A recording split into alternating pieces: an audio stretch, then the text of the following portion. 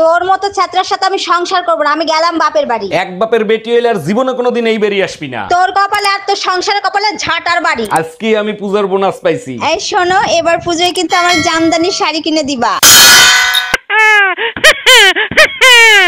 এই তোমার ফোনে টুম্পা ভাবি ফোন দিছে। আমি কাজ করতেছি, লাউড স্পিকারে দাও।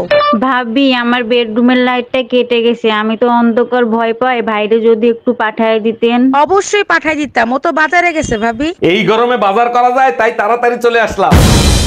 ভাবি, ছেলে মেয়েরা আলাদাভাবে কথা বলে নিক, আপনি কি বলেন? ঠিক বলছেন রোমিও ভাই, যাও তোমরা আলাদাভাবে কথা বলে নাও। আচ্ছা ভাইয়া, আপনারা ভাই বোন কয়জন? আগে তো 3 জন ছিল, এখন তোমারে নিয়ে 4 জন হইলো।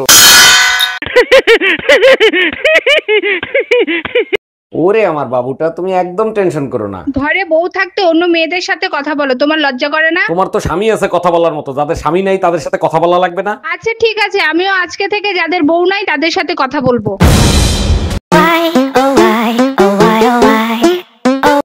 মিল্কি, আজ না তোর ম্যারেজ ডে, তা শাওন কোথায়? শাওন রে দেখি না যে। শাওন সকালে বের হইছে, যে ঘটক আমাদেরকে বিয়ে দিছে সেই ঘটককে খুঁজতে। দেখছিস আমার ভাই কত বড় মনের মানুষ, ঘটককেও ম্যারেজ ডে উপহার দিবে। সকালে বের হওয়ার সময় বলে গেছে ঘটককে যেখানে পাবে সেখানে পাড়ায় মারবে।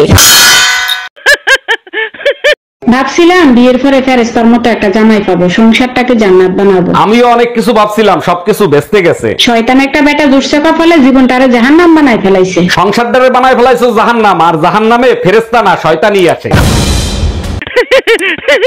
দোস্ত, আজকে না দুটো মেয়ে হাসি দিয়ে আমাকে হিরো বলছে। বলিস কি নির্ঘাত? ওই মেয়েদের চোখের সমস্যা আছে। কি বলছে বলতো? বলছে আপনাকে না আফ্রিকান হিরোদের মতো লাগে। আরে গাধা, তোরে কালা পাঠা বলছে।